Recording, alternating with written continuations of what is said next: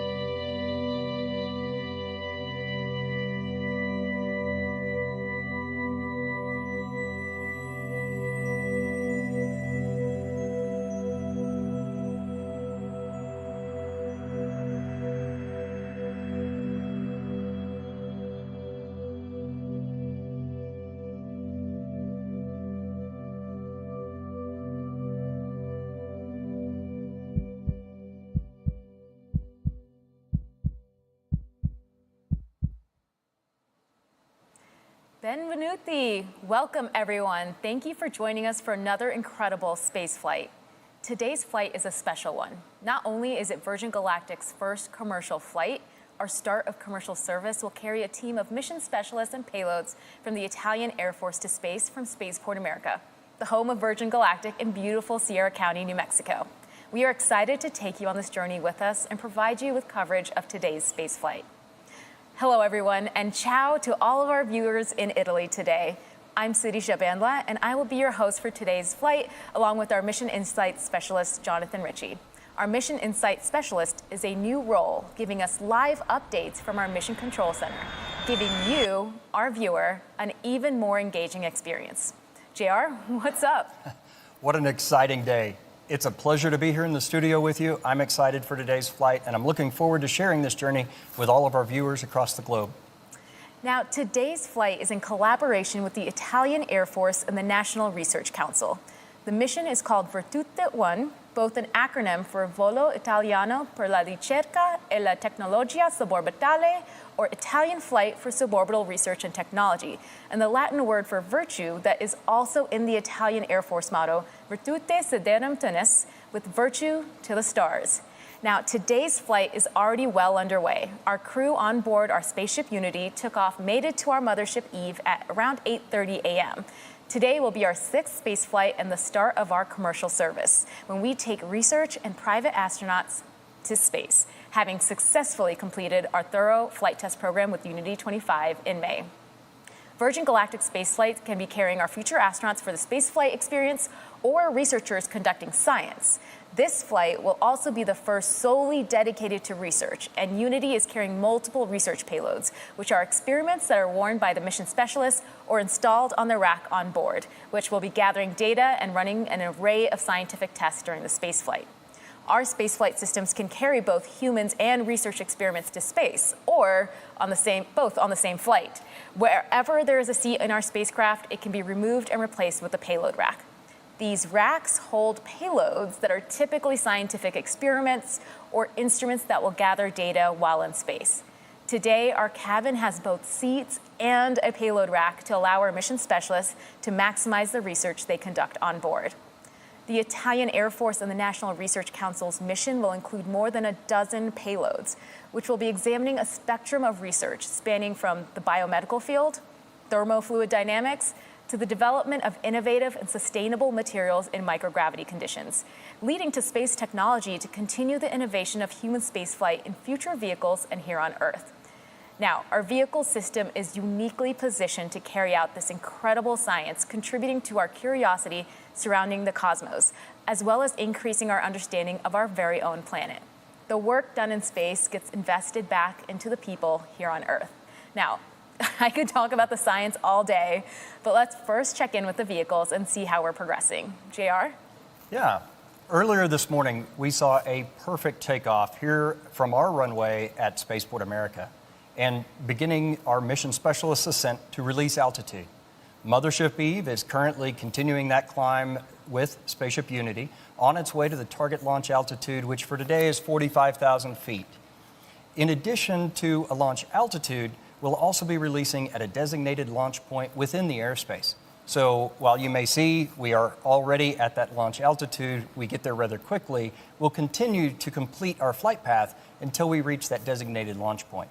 Everything's looking great. Like I said, we're at 45,000 feet now, and it's just a beautiful view you get from up there. I can imagine the crew is taking it all in and preparing themselves as we get closer and closer to that big moment. Sirisha, you can provide us with some unique perspective here, having flown on our first Unity crewed test flight. Does this bring back memories? Oh, absolutely. I mean, when I went to space on Unity 22, one of the crew I went to space with that went with me was Colin. So it's really, really thrilling to see him go back to space a second time. We took moments along the way to soak it all in. The journey of space, I mean, it begins well before takeoff, and actually it lasts well after we'll stop. And seeing all these moments in like the climb where the energy and the anticipation is high, it really contributes to that incredibly holistic experience that Virgin Galactic is bringing to the world. Now, a special shout out for our mothership Eve, a truly unique aircraft designed specifically for these missions. The role that Eve plays in Virgin Galactic space flights is one of the key unique design innovations of our system, and we call it air launch. Most flights you see start with a vertical takeoff from the ground. This requires a huge amount of energy to lift the vehicle from a static start up through the thickest parts of the Earth's atmosphere. Our air launch system allows the spaceship attached to the mothership to take off from a runway like that of a commercial aircraft. This takeoff allows the passengers to have a much smoother and more comfortable ascent as they make their way up to around 45,000 feet And at that altitude, the Earth's atmosphere is much thinner, requiring less energy to launch. At our designated launch point, our mothership releases the spaceship, the rocket motor ignites, and our crew begin their rapid and exciting ascent towards space. Now, speaking of the crew, let's see who's on board today's flight. Our pilots at Virgin Galactic don't just fly the vehicles, they're deeply embedded in every decision we make surrounding their development. Having our pilots ingrained into every facet of our vehicle operations allows us to get a dual perspective. They work alongside our engineering teams on a daily basis to ensure that we're able to optimize our vehicles' performance, combining the learnings they get from flying them with our knowledge and data on the ground, providing the unique insight that helps us continually progress and enhance our vehicle operation. And today, we have a few familiar faces and, of course, some new ones too. Let's begin with the folks who are supporting today's flight in the chase plane, giving us visuals on the spaceflight system while airborne. In the chase plane, we've got Dan Alex, who has completed over 2,600 hours of flying, logging most of his time in F-16s and F-35s. In Mothership Eve today, we have Jamil Janjua, who's completed over 4,000 flying hours in more than 48 different vehicles throughout his career that spans over 20 years in the Royal Canadian Air Force. Jamil is joined by Kelly Latimer, who has logged more than 6,700 hours in her 32-year flying career. The crew of the spaceship have a unique structure for CRM, or crew resource management. The left seat pilot is the commander, and the right seater is referred to as the pilot. But the commander and the pilot have specific actions that they perform in the execution of a spaceflight. Crew resource management improves safety in operations by emphasizing effective communication, teamwork, and decision-making among the crew members, leading to enhanced situational awareness and the prevention of errors. So Commander of Spaceship Unity today is astronaut Mike Masucci, who recently passed more than 10,000 hours of logged flight in a career that has put him in the cockpit of more than 80 different types of aircraft, including the U-2 and, of course, our very own Spaceship Unity. Mike's family comes from a small town near Avellino in the Naples area of Italy. Piloting Unity today is Nicola Pacile, one of the 5 Italians on board today. He has completed over 6,500 hours in over 150 different types of aircraft. Pacile serves for 20 years in the Italian Air Force, initially as a fighter pilot and later as an experimental test pilot. Nicola was born in Udine in the region of Friuli in northeast Italy. As you can see, our passengers today will be flown into space by some of the most accomplished and experienced pilots in the world. Now, joining our mission specialist in the cabin is our astronaut instructor and fellow Unity 22 crewmate, Colin Bennett. In his role, as this is our first dedicated research mission, he'll be calling out cabin instructions and mission phases while evaluating to continually improve our customers' experience. And of course, joining Colin in the cabin of Spaceship Unity today are incredible 3 mission specialists. First, we have Walter Villadei of the Italian Air Force, commander of the Virtute 1 mission. Colonel Villadei is a space engineer and cosmonaut that will be serving as today's mission lead. His role will be to tend to the rack-mounted payloads during the weightlessness portion of today's flight. He will also be wearing cutting-edge smart suit that will measure his biometric data and his physiological responses. Next up, we have Angelo Landolfi, who is a physician for the Italian Air Force. Lieutenant Colonel Landolfi will be conducting tests that measure cognitive performance in microgravity. He will also be activating syringe payloads from his seat that will investigate how certain liquids and solids mix in microgravity. Our third mission specialist is Pantaleone Carlucci, who is an aerospace engineer and researcher for the National Research Council. Carlucci will be wearing sensors that examine heart rate, brain function, and other human performance metrics in microgravity, and will also be conducting these experiments from his seat. All 3 are contributing to exciting research and technology development with unique experiments. Once cleared to unstrap, 2 mission specialists will likely stay seated to conduct their work, while Walter will be unstrapped, tending to experiments in the back. Now, JR, let's take a break and get an update from our crew who's on Eve and Unity. Certainly. So, Sarisha, I've just heard from our MCC that the L-10 checks have been accomplished and complete. We are about 8.5 minutes right now away from release. Now, if you're just joining us, L-10 means we're approximately 10 minutes out from the moment Mothership Eve releases Spaceship Unity, and this is based on the estimated time of arrival to the release point. So again, as JR said, timing may vary a little, but as the closer we get to the release point, the more accurate the estimate becomes. Yeah. So up until L-10, Eve is in full mothership mode, carrying Spaceship Unity to altitude and providing her with electrical power, system heat, cabin pressurization, and that includes conditioned air cooled on the ground in hot summer days like today, and heated at high altitudes to keep our pilots and passengers comfortable. At L-10, Spaceship Unity switches to her own battery power for avionics, that's the electrical systems on board, and control systems, and performs a series of checks, electrical checks, feather system checks, flight control checks, and more. Unity and Eve have their own intercom, so the pilots in each vehicle are coordinating with one another during these checks. You know, what's exciting about Virgin Galactic's spaceflight system is that it's powered by truly innovative tech, while it also being a piloted system, being flown by some of the best and most experienced pilots in the world. And that's one of the reasons why we're able to attract the incredible team that we have. They get to pilot a spacecraft that's arguably one of the most unique vehicles in the world. Thanks, JR. I mean, at Virgin Galactic, we believe in the power of curiosity. It is the driving force that compels us to wonder, to constantly ask questions, and to relentlessly seek the answers. Let's hear from some of the team about how curiosity is propelling the second space age. At Virgin Galactic, we believe in the power of curiosity.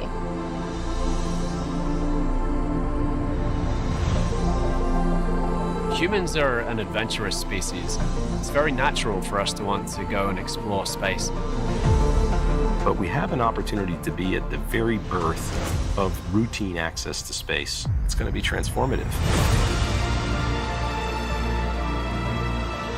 This first commercial flight is a research mission conducted by the Italian Air Force, featuring human researchers and payload experiments. We're able to further the technologies and the research that end up helping to better human life here on Earth.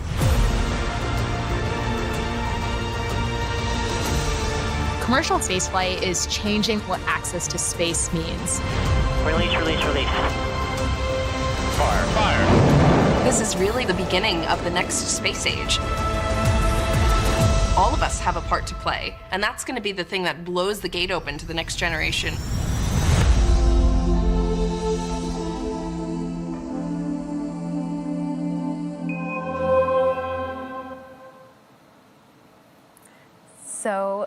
So inspiring. I can't wait to see where our shared curiosity takes us next. The Italian Air Force and the National Research Council have definitely used their curiosity to fuel their exciting experiments being conducted on board today. They are using the suborbital space lab to the fullest. One of the experiments being conducted on board today is the neuroplasticity experiment. This is a passive experiment consisting of cell culture flasks containing human neural cells in cultures that will fly in a pocket of the researcher's flight suit. The experiment will test the ability to maintain stem cells in culture during suborbital flight and test the early effects of hypergravity, or high Gs, and microgravity, or low Gs, on neuroplasticity, which is the ability for cells to adapt to their environment. Data from this flight will be used for insight into physiology and pathology, but also be used to investigate biological processes for human spaceflight future missions, and to study and develop new agents for therapeutic purposes for people here on Earth. Now, this is just one of many experiments on board for this mission the crew will be looking after. And speaking of the crew, JR, can we get an update? Yeah, so we're about 4 minutes out currently at this point, and the pilots are ensuring the spaceship is in the launch configuration after going through the various L-10 checks, confirming that all the settings are go for launch. This is also when Spaceship Unity will isolate the air supply from Eve and prime the rocket motor by opening the backup oxidizer valve. Once these actions are complete, the pilots will seek clearance from the MCC, that's shorthand for the Mission Control Center, for release. So MCC consists of experts from various disciplines and departments across the company, and they're verifying checks with our crew every step of the way. I don't know about you all, but I can feel the anticipation building just watching the screen. I can only imagine what it would be like to be on board right now. It must be incredibly exciting. Exciting is definitely an understatement at this point. You're just anticipating the release. I can't imagine what the crew is feeling. And they're anticipating the release and really everything that happens afterward. So maybe, JR, you could give us a quick overview of the profile? Yeah, after release, the crew lights the rocket motor, and Unity's trajectory to space begins in that horizontal release position before turning towards space, a maneuver we call the gamma turn. The rest of the rocket motor burn will occur in the vertical, and everything after release through the completion of the rocket motor burn is called boost. Boost is only one of multiple phases of flight that our unique system experiences. After boost is feather. Now, sometimes when we say feather, we mean the tails of the spaceship, and sometimes we're referring to moving these tails into what we call the feathered configuration. It can be confusing, but I'll try to be clear what I mean when I say feathered today. So, due to the law of conservation of momentum, feathering the vehicle, that's rotating the tails to 60 degrees, causes the cabin of Unity to start a backflip maneuver as it approaches our next phase, apogee. And this backflip is a key part of the experience because it maximizes the view of the Earth below. Our pilots use the RCS, that's a reaction control system, to hold the spaceship in that attitude. And then at the right time, the pilots will again use the RCS to continue that backflip all the way around. This prepares the vehicle for re-entry. In the feathered configuration, the vehicle presents a large area of the wing to the atmosphere, allowing our system to burn off energy while still high in the thin atmosphere. And then after re-entry, the feather is once again lowered and locked, turning Unity into a glider. It's in this configuration that the pilots will fly back to Spaceport America in what we refer to as the glide phase.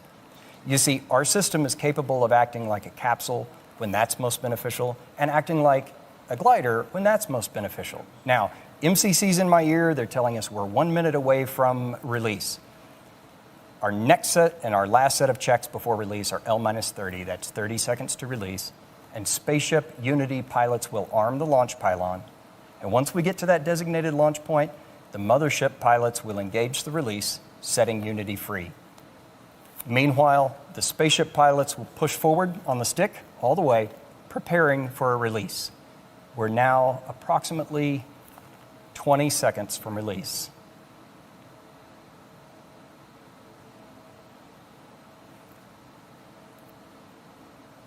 Ten,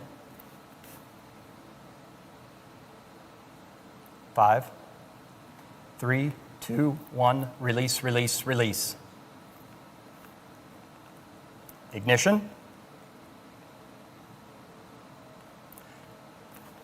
Good control. Trimming, that's pulling the nose up.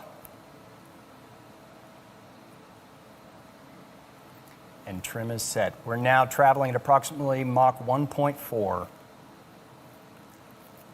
There's max Q, that's the maximum dynamic pressure on the vehicle. Those on board are experiencing about 3 Gs at the moment. The trim is complete and Unity is in the vertical, headed toward space. Mach 2.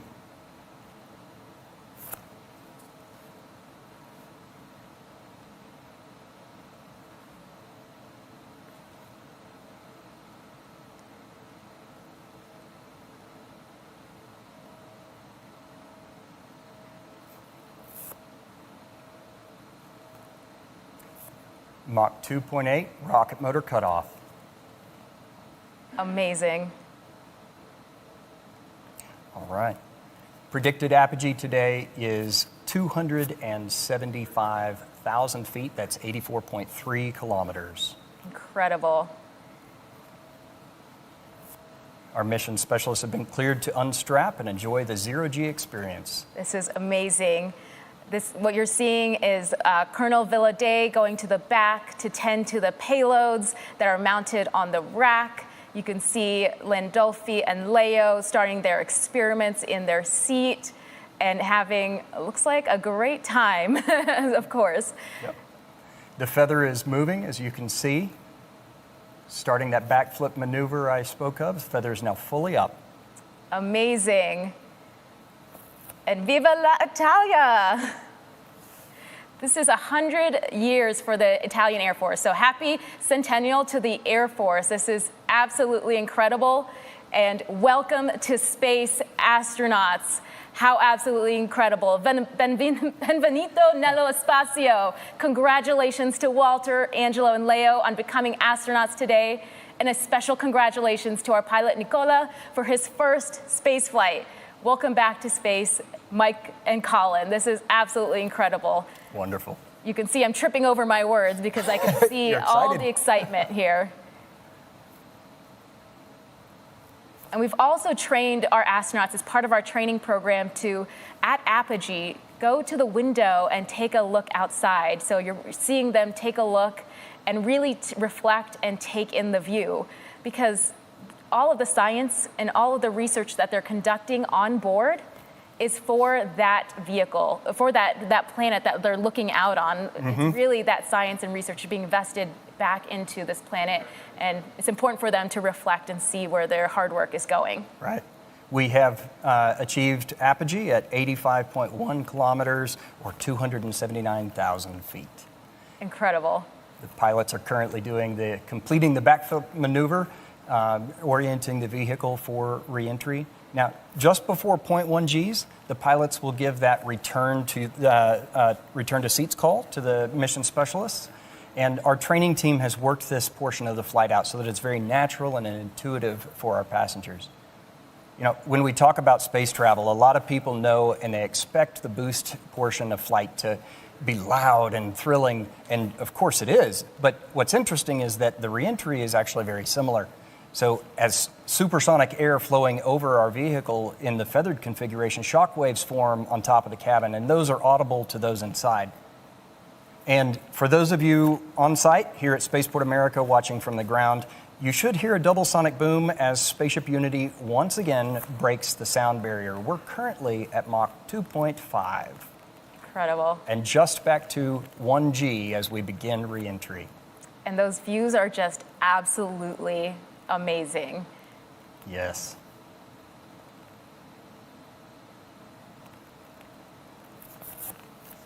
So for reentry, we're now at about 3.6 Gs for those on board. The crew will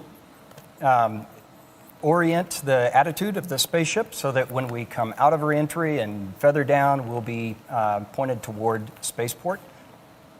We're now subsonic and at 75,000 feet. And the unique part of our design is as a vehicle that can get into this feathered configuration. We're a glider, we're a rocket, we're a glider, and we're a capsule at the right phases of flight that help our unique design be safe and effective for the mission it's at. That's right. We're at 61,000 feet now, continuing to descend in the feathered configuration. When we get down to about 53,000 feet, the pilots will command lower of the feather again and reconfigure the vehicle back into a glider. The views are just so incredibly amazing all the way down, and it's just part of each phase of flight has its unique experience. It has the ability to also conduct science. Our payloads that are on the rack are conducting and recording data all the way through each phase of flight. So you get hypergravity and low gravity data and that transition in between. The feather is almost completed. The feather down. It is now down and locked. Those watching from Spaceport America, now's a great time to go outside. Unity will be coming into view, and you can cheer on the crew as they return to Earth.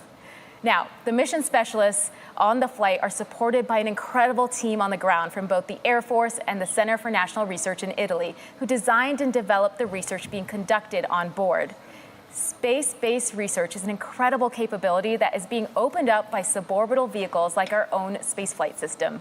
One of the researchers utilizing this capability to the fullest is here with us in the studio. I'm so excited. A future astronaut, a friend, and a space-based researcher, Kelly Girardi. Welcome to the studio. Thank you. I'm so excited to be here. Thanks for having me. Okay, I gotta ask, how are you feeling having watched this incredible crew go to space today, knowing that you're gonna be there on a future space flight? It's surreal, I have to say. Just the energy outside, and I've had the benefit from being on this side of the live stream for a number of Virgin Galactic space flights, including yours, and it's so special to experience that here at Spaceport America with the crew and their families families and the Virgin Galactic workforce and mission control. And it's emotional. I remember during your space flight when I heard release, release, release, I burst into tears, and I'm glad that my mic was off during the live cast, but it's the profundity of human spaceflight, and I'm so ready to be on the other side of this live stream. It's incredible. I mean, this is my 6th space flight, and you probably saw I was tripping over my words. I just couldn't get it out because of the excitement. Exactly. And so you're on a future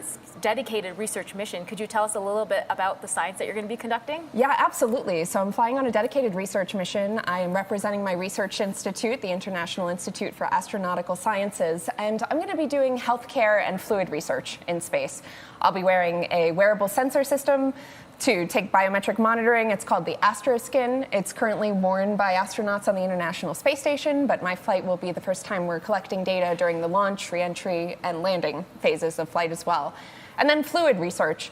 To help design, I'm going to be looking at how fluid behaves in a container in microgravity during flight, and that can help inform new designs for life support systems or syringe design for administering medication in space, things like that. So I'm very excited. I can't wait. Me too. I cannot wait.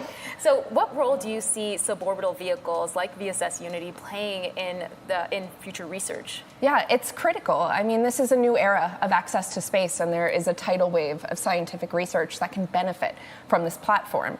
You know, we've done a lot of work, a decade of work here on Earth, iterating with payloads, payload operations, technology iteration, international collaboration, parabolic flight campaigns where the aircraft takes that roller coaster profile here on Earth, where you get short bursts of microgravity. That's amazing for quickly iterating on technology, but to really validate it, you need high quality microgravity and you need longer duration exposure to microgravity. You need to be in space. And so I'm really looking forward to the availability of Virgin Galactic as a platform, not just for the scientific community, but for academia, for students, for so many. So I'm so excited to get to be a part of that. Yeah, absolutely. So I know you did not plant this question. Everyone watching should not plant this question, but Kelly, I loved your book, not necessarily rocket science. I did not plant that question. But part of the appeal of suborbital vehicles is really opening up the aperture of who can do science and technology. And this is just another science lab for people to utilize to further whatever field of research that they're in. Can you talk about some of the other research fields that are utilizing these kinds of capabilities, maybe even at IAAS? Yeah, absolutely. It's really multidisciplinary. It's not just space science. My colleagues come from such a wide variety of backgrounds and fields of research. I've been particularly motivated by some of my colleagues who are doing research related in space, related to the quality of human life here on Earth, human health and well-being, whether that's biomedical or pharmaceutical research, or even new ways to approach telemedicine or, technical instruction for remote or extreme environments. I just think those are use cases that are so compelling and interesting to me to really use space to benefit life here on Earth. It's absolutely amazing. And I love how you speak about this industry because you've been an advocate and a part of this industry for a while. And can you talk about what drew you to the commercial space side? Yeah, absolutely. I have long been an evangelist for the commercial spaceflight industry, and I've really been inspired by it. I have a deeply rooted belief in the potential of this industry to open up access to space, to truly democratize access to space, certainly for science communities and for the research community like myself and the crew of Galactic 01. But also for civilians of all disciplines. I really do believe that the space age is a broader cultural movement and that our next giant leap will require the talents of artists, engineers, and everyone in between. Space is our shared past and our shared future, and that's why I wrote not necessarily rocket science.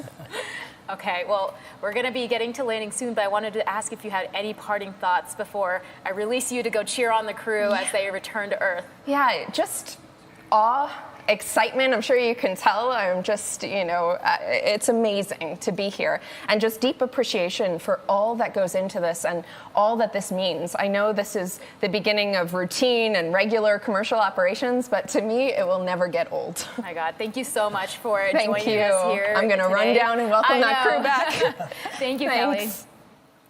All right, this is just an absolutely exciting time for the research community. I mean, the excitement off of Kelly is just palpable, and I can't wait for us to be cheering her on as she does her research in science and space soon. So, Let's check in with our crew on their descent back to Earth. Absolutely. So we are just over 11,000 feet. For those of you here on site, Unity just crossed over the field and is making another circle around in the pattern, beginning those landing approach, passing the waypoints that we've designated as part of our energy management plan.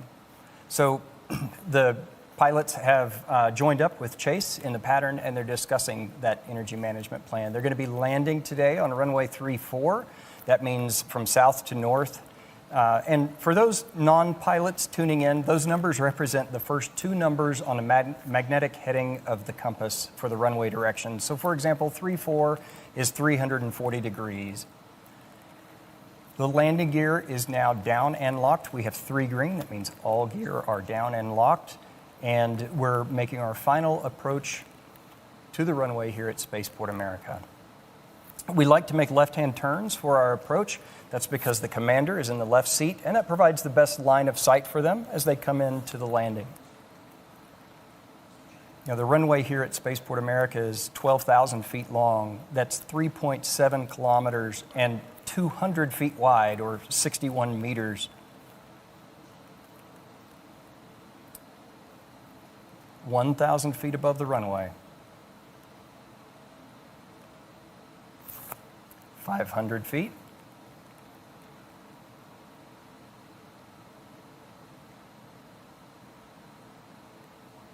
Over the threshold, that's the beginning of the runway. And you'll see the pilots hold the nose up. That's a flare maneuver, all part of the energy management. Main gear touchdown. So the pilots will continue to hold the nose gear in the air as we continue to bleed off some energy as we run down the runway. And at the designated airspeeds, they will lower the nose gear as well. Nose gear's down. Now, as our ground speed slows, when we reach a designated ground speed, the pilots will apply the brakes and bring the vehicle to a complete stop.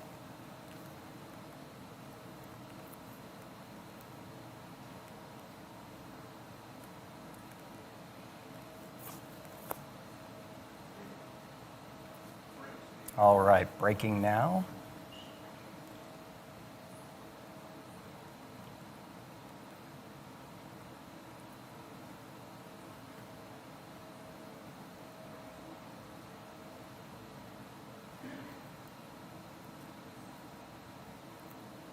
And there's wheel stop.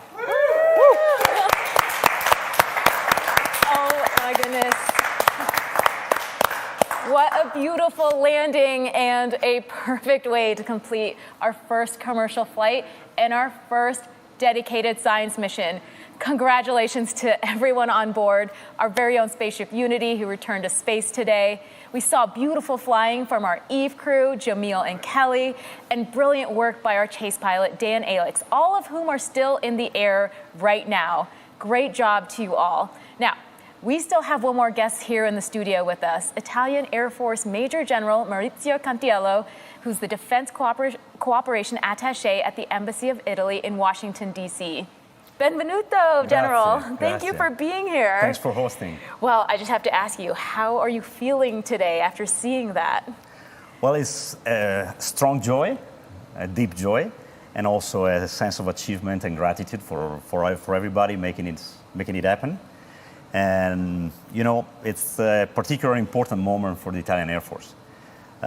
With this flight, together with other things we're doing, we're progressing a lot into space capabilities because it's very important for the Italian Air Force to be able to progress in competence and capabilities in the space domain as a key enabler of the space economy, which is very important for Italy as well. So this flight was particularly important also for not only for the experiments that were very important and very different, and several experiments, but also because we are studying other ways for space access, not just vertical access, but horizontal access. And that could provide different forms of space access. And as you know, our mission is to protect and defend. So by law, Italian Air Force is responsible to defend the skies of Italy. to defend the skies, it's a very important mission.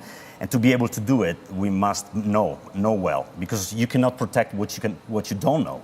So for us, increasing our knowledge and our competence in this field is paramount for the defense of Italy. So we are grateful to Virgin Galactic for having us here and giving us this possibility to work together.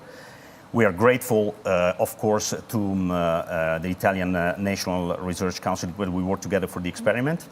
And of course, we are grateful to our nations, Italy, to invest in this very important endeavor, and to this great host nation, the United States. We are very, very, very good partners and allies. So everything happening here has a profound significance for the bond, and the ties between the United States and Italy as well. That's absolutely incredible. Is there anything you want to say to the crew, to the teams on the ground, and also to just the people in Italy watching from their homes, cheering everybody on? Absolutely. I would like to express a deep gratitude, first of all, to God, to make it all happen. And, I was a little bit concerned, not for safety, but for the health of my friends, because they were all good friends. Not just the pilots, but the crew as well. So thanks for that. And also thanks to Virgin, thanks to the pilots, thanks to the team, the ground team, thanks to the specialists, and also, of course, thanks to our institution, our governmental institution. Because today we saw something which is very important. I call it like a sweet spot when you see commercial world, industry world, and then academia and the government institution. So it is very important when we work, these three areas works together. And when academia, the government, and the commercial world work in harmony and in unity, like today, miracle happens. And space too. Absolutely. Now, I know you're going to be out there ready to greet the mission specialists as they come out of the spaceship, so I don't want to keep you, but happy centennial to the Air Force. You've had 100 years, and there's going to be 100 more. Many of them hopefully spent in space. Yes. Thank you for joining us in the studio today. Thank you. Bye. Thank you. Incredible. Thank you to everyone on the ground here at Spaceport America who made this day possible. We cannot wait to hear about the experience from our mission specialists and to see the results of the experiments conducted on board. We will be continuing the celebration here as we await the arrival of all the other vehicles. Wherever you are on planet Earth, we thank you for watching. We'd love for you to join one of our upcoming future missions. Please join in on the celebration via social or head over to our website to learn more about this mission and how you can embark on your own journey to space. Ciao. Ciao.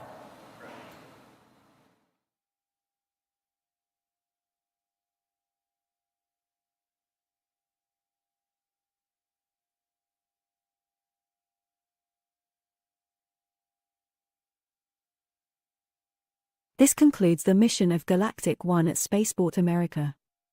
Thank you for joining our broadcast. For more information how you can fly with us, please visit virgingalactic.com. See you next time.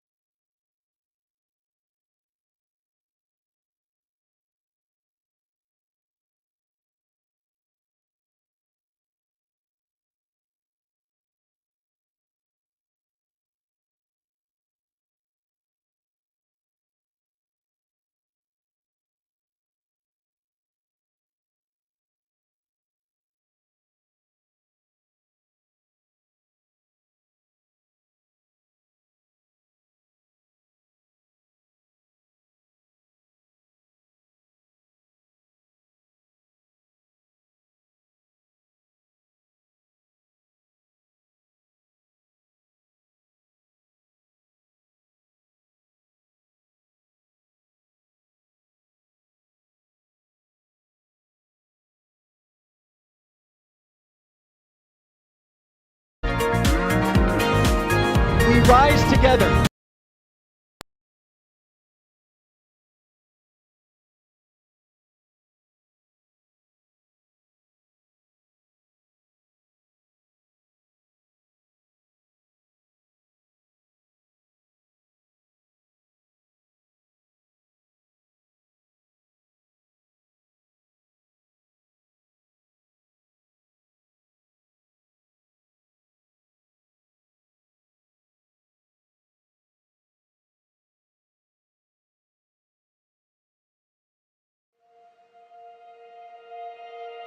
And here we go. We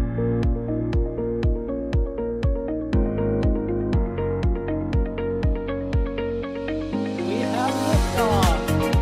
Propulsion continues to be nominal. R68 chamber pressure looks good. Following up. Roger, roll, Atlantis. Water towers fly! Yes! Tango down to nominal. Flighting downside SC off. Bring in SC off. It's orange! R45! Oh my god! Oh my god! Decollage. What is it? Put that in the big bag, you know. 343 unfolds to go. Indeed. We rise together, back to the moon and beyond. If there's methane will be igniting in the flare, correct? Yikes. You dead? We don't need any more of these.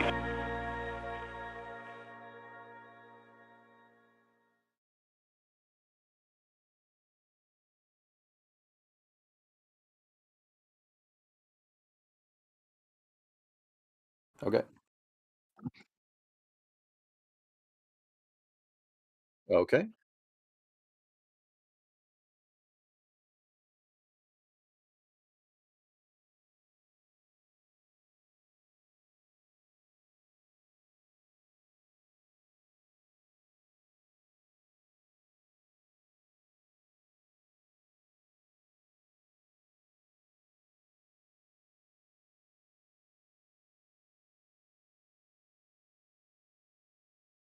All right. We good to go, Patrick? All right. Hello, everybody. Welcome to the NASA Spaceflight Virgin Galactic 01 mission coverage here. Hopefully, the audio is a little bit better now. If you don't know me, I am EJ. I stream over on Twitch. I play a lot of Kerbal Space Program over there, but I am today's host for the day.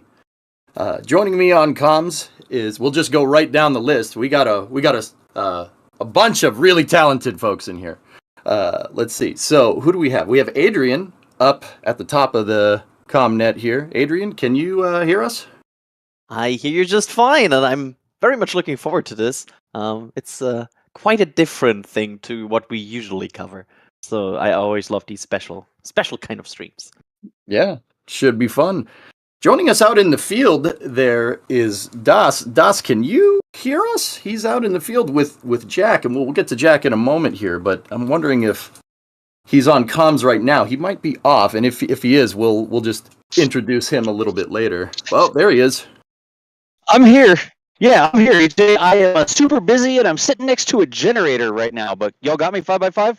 Yeah, can hear you just fine. Sweet. Roughly? Also, yeah. Nice. Sounds good to me. Jack and I are actually out here. EJ, Yep. y'all go ahead and roll with it. Yeah, you guys are out in the field. And then we have the ever-popular Jack Byer. Jack, where are you out there today? Das is out in the field, and Das, probably you should say where you are, too. Like, can you give a specific area to, like, where your location is, you and Jack? Like, where's our coverage coming from today? Yeah, so normally we sort of did a guerrilla kind of thing out here, for lack of a better term, and we just set up where we were able to. Right off the bat, shout out to Virgin Galactic today for allowing us on the premises and allowing us to set up and being very kind to us, giving us a sweet tour yesterday. So yeah, we are on site. Das is currently right next to the Spaceport America hangar, like he said, next to a generator. And I was at the hangar. I am actually now at my vehicle in the parking lot, ready to scoot. Once the thing takes off, I'm going to do the traditional Jack Byer Virgin Galactic stream thing and haul butt to a place where hopefully we will see the drop from better. But yeah, this is nice. It's been me doing these for however many times now, 5 or 6 times. And it's really cool to have Das out here. He brought a robot tracker. He's got all his gizmos and gadgets and is making cool things happen as Das does. So this should be a really cool one, with the one small caveat that this is the cloudiest I've ever seen it out here. Now, clouds are not a constraint for drop and boost. So the vehicle Unity can drop and boost up through a cloud layer. That is not a constraint. That is totally acceptable in terms of parameters. Sorry. However, there is a cloud constraint for landing. I'm not exactly positive what the exact constraints there are. I think it's not. I don't think it's violated right now, but we haven't heard one way or the other from Virgin. So I want to be clear that that's not official information. I just want to be upfront with everybody watching the stream. Hey guys, it's cloudy today, and I rented doublers for both of my lenses. So if we get a shot of it, it should be nice and tight, and 1,000 millimeters, 1,200 millimeters, should be sweet. We just all have to pray to the cloud gods. Anyways, that's my monologue. Thank you everybody for tuning in this morning. It's a really special day. We all want to see Virgin Galactic start up their commercial spaceport services, and this is a big day. This is a good day. Just pray the clouds away. All right, back to you. That was a heck of an intro, man. EJ, you got me now? I've swapped over to a different connection. Yeah, we can hear you just fine, but I still have another person to introduce here. We'll introduce another person, and then I'll show the clouds. Yeah, there you go. We have the man, the myth, the legend, bringing up the rear, Mr. NASA Man himself, Sawyer Rosenstein. Sawyer, how are you doing this morning?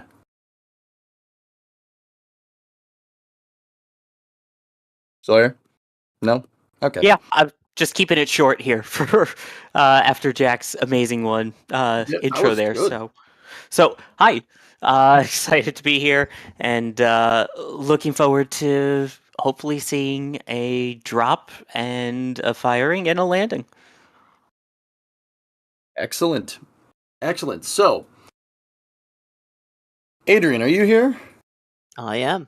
Okay, so how many people we got flying on this vehicle today? And overall, it will be 6 people on this plane. Of course, the commander and pilot from Virgin that will be there from their side. And then we have mostly from the National Research Council of Italy and the Italian Air Force, the customers on board to conduct the today's experiments, which is the main purpose of this commercial mission, the Galactic 01 mission. So overall, we'll have 6 people on board here, of which 3 are Italian. Right, and that last 6th person, by the way, is one of the astronaut instructors who previously flew on that first mission with Richard Brandson. That's all right. That's cool. Hey, sorry. Do you think you could tell us a little bit more about the crew here? Who do we have flying today? Sure. At the helm today will be Commander Mike Masucci and pilot Nicola Pacile. I believe I'm pronouncing those right, hopefully. Pacile, thank you. Both of them with plenty of experience flying aircraft. Mike having flown in the U-2s, F-16s, T-38s, and Nicola flying Tornado, FMK-3 Advanced, and H-500E. Basically, they all have between 7,000 and 10,000 hours of flying experience. This will be Mike's 4th time flying into space, and this will be Nicola's 1st. Okay, so those are our 2 pilots. Let's see. And you said Colin Bennett is up there, Virgin Galactic astronaut number 3, who flew on that first flight, if I'm remembering right. You are correct. Yeah, go ahead. I was going to say, he's the lead astronaut instructor, so he's the one who's been doing all of the training and preparation for this mission, and so he'll be able to fly with the